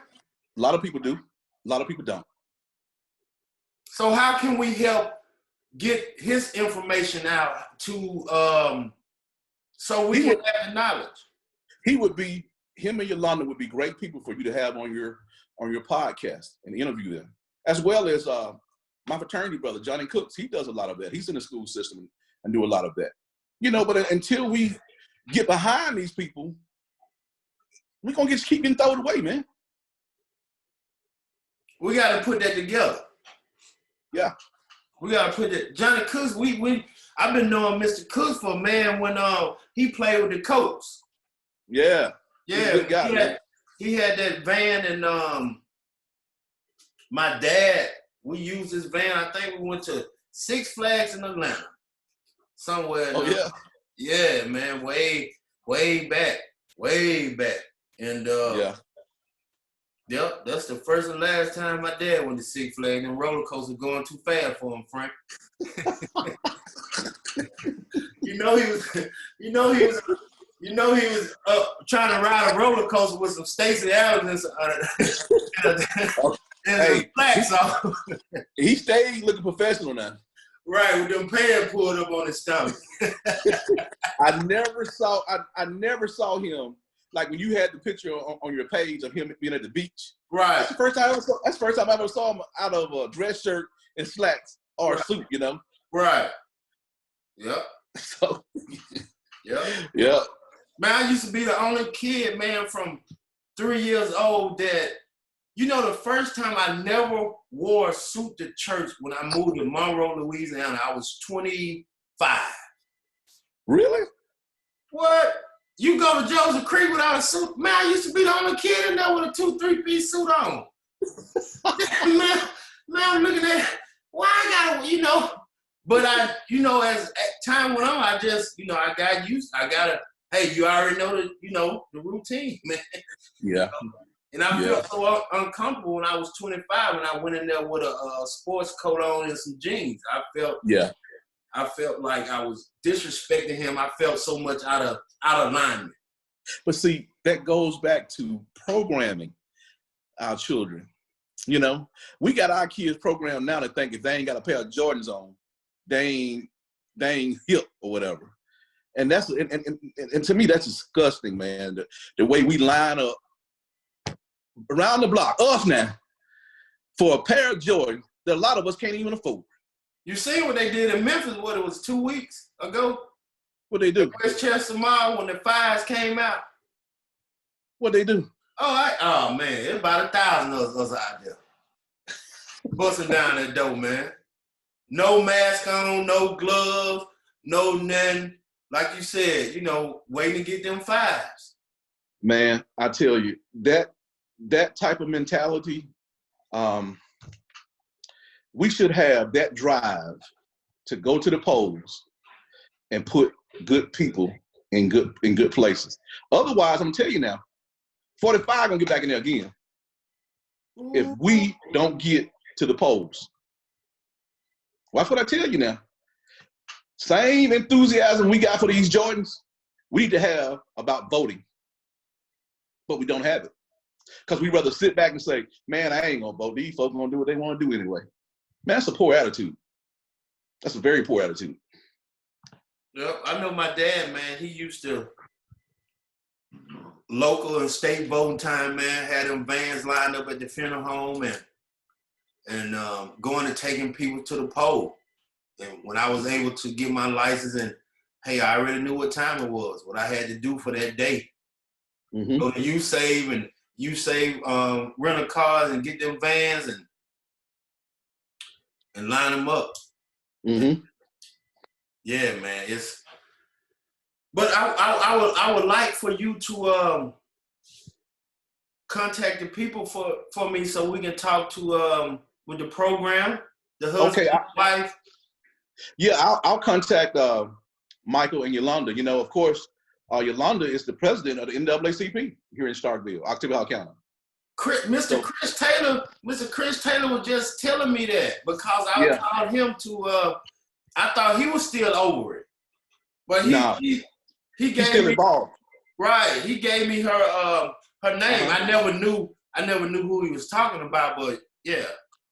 Yeah, they're good people, and so is Chris Taylor. I mean, he's a great person. He stays involved in the community. He's at that board meeting. He's at that supervisor meeting. He's at the school board meeting. He knows what's going on, you know. And it takes people like him to get involved and take an interest in our community. So he did a great job while he was president, and of course, he's still doing a great job now. You think we can get the numbers back up with the NAACP? Because I know, like, with my dad, it was something, man, that I had to be involved in. I had to know about how can we. I know it'll be a better question, you know, for them, but from your standpoint of knowing the community, how you know it, how can we get those numbers back up in the support of something that's for colored people? Unfortunately, Bert, this is my opinion and my opinion only. Until something bad happens, we're not, because we don't feel like we need them anymore. We needed the NAACP in the 60s, 70s, even 80s, and we need them now. But like I say, now we got Jordans. We got a fancy truck. We got a nice house. So we don't feel like we need the NAACP. I'm a member of the NAACP. Right. Okay? So until something bad happens, get our attention, we feel like we made it, man. We feel like we on the mountaintop, but we're not. We got a long ways to go. Sometimes you have to laugh so you won't cry. Yep. So just smile. And Mm-hmm. I Mm-hmm. don't understand how you feel that we don't, but that's I agree with you 100%. And I don't pay my dues to get, my father was a lifetime member. So Mm-hmm. I gotta start getting back and doing what I'm supposed to do to Mm-hmm. help, and stop using my 8 hours away as an excuse not to be more involved and more vocal about what's going on, because I have a lot of knowledge and insight on a lot of different stuff, and that, and I just feel bad for my kids and their generation and my grandkids that'll come through, and it'll still be the same cycle that's been killing us from a long, long time ago. Could you imagine if in Georgia, that county where the young man got killed, if they had a strong NAACP in that county, if they had a strong backing of the pastors in that church, do you think it would have taken this long? Oh no. Let me tell you this. Back in 50s is when it was, when the civil rights movement started. It started with the bus boycott, okay?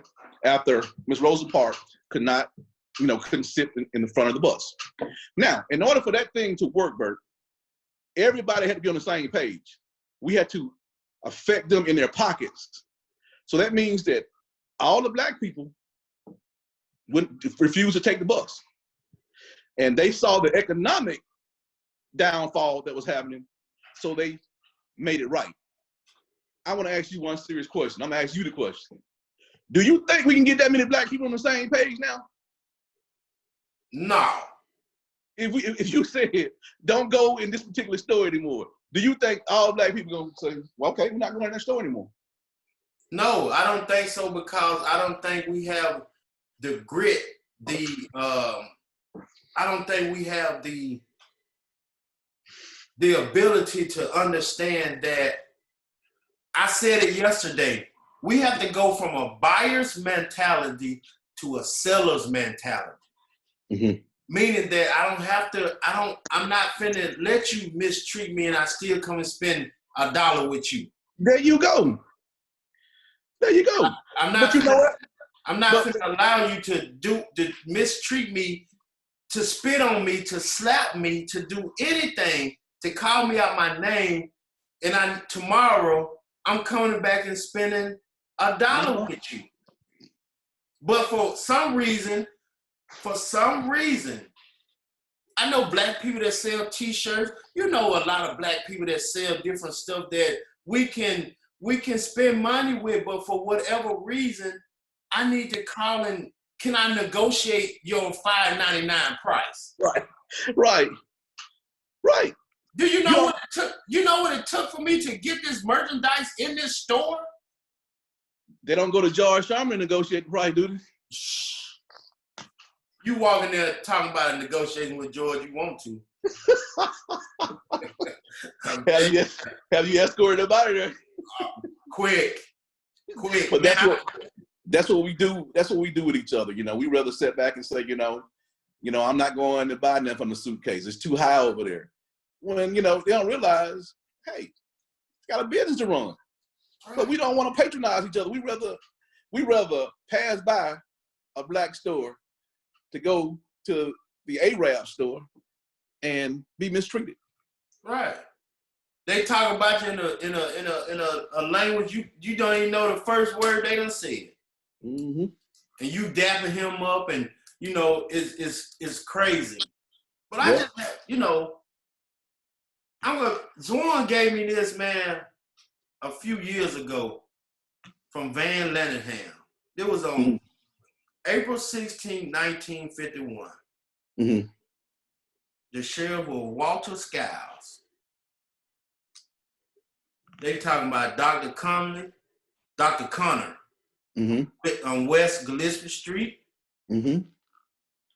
He attends all of the NAACP meetings around the state. Mm-hmm. He's unable to furnish the names of other individuals. Mm-hmm. He stated there are about 52% Negroes to 42% white in the county, and approximately 48 of the Negroes are registered to vote.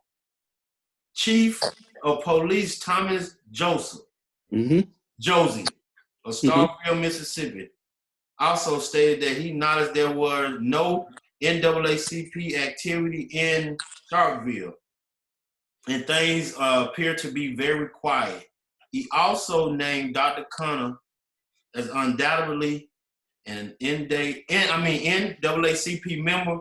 Who he also furnished the names of Reverend Shy, a Negro preacher, a Negro first name unknown Robinson, a funeral home director, a Negro first name unknown Leonard, who runs the Leonard Drug Store, a Negro drug store in Starkville, and he thought all the above names will be potential troublemakers should any crisis arise. My whole thing is this right here. If the NAACP wasn't important, why do you think those racists back then was watching them and writing a report? This is a statewide report you're talking about. I know what you're talking about. Right.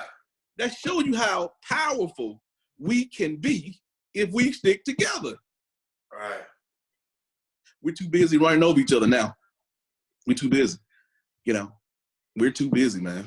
That was crazy. That was 10 years and 2 months before I was born. I never, you know, my dad told me stories, but he never told me that he was, you know, actually sought after and, you know, as a target to that degree that he probably didn't know. He probably didn't know. Wow. He probably didn't know that he was being watched, but I guarantee you this right here, Bert. Matter of fact, I laid my life down by this one. I guarantee you something, that information that was given was from a black person. I guarantee you that. How would Chief Josie know what's going on? He in the black community, somebody had to tell him.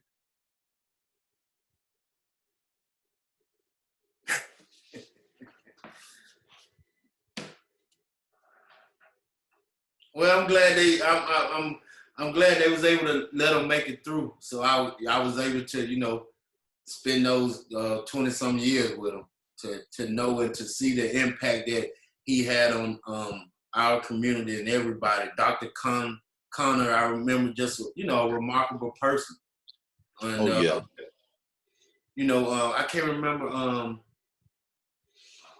the other guy that was with the NAACP, the old man. Anyway, but you talking about Mr. Kennard? No, you talking about Dr. McKinley. Right. Yeah. Those some heavy hitters. Let me tell you something. When I first got hired at the police department, I ran up on digging through some old files. I ran up on some reports that was actually investigating Dr. Morris Kinley. Yeah. Ain't bothered a soul. I ain't bothered nobody. I actually ran up on the report when it was in a whole bunch of reports, man. And I ran up on it, I was reading it, and something told me then, as a 22, 23-year-old, you ain't thinking like that, to keep that, because the stuff was being destroyed, but I'm just getting it reading. Right. Yeah. Starkville Police Department, yep.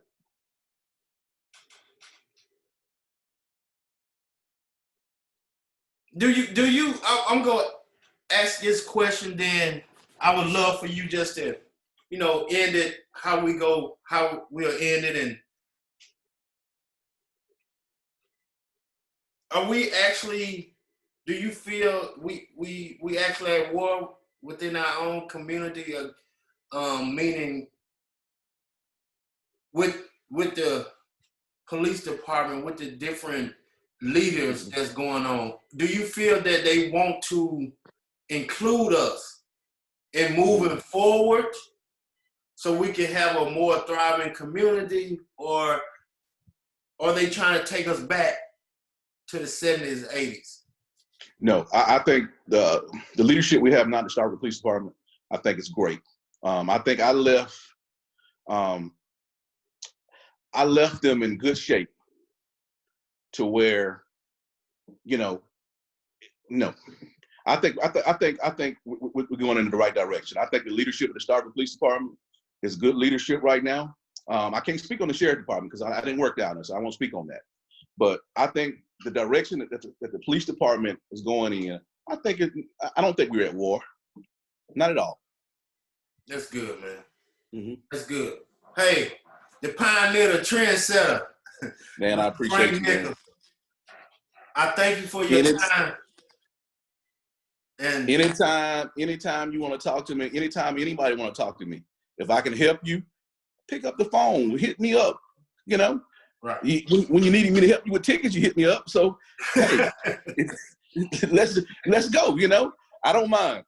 If it's gonna help somebody, let's do it. I thank you, brother, man. Much love, respect. Love you too, cuz. All right, man. Take care. All right. Later. Peace.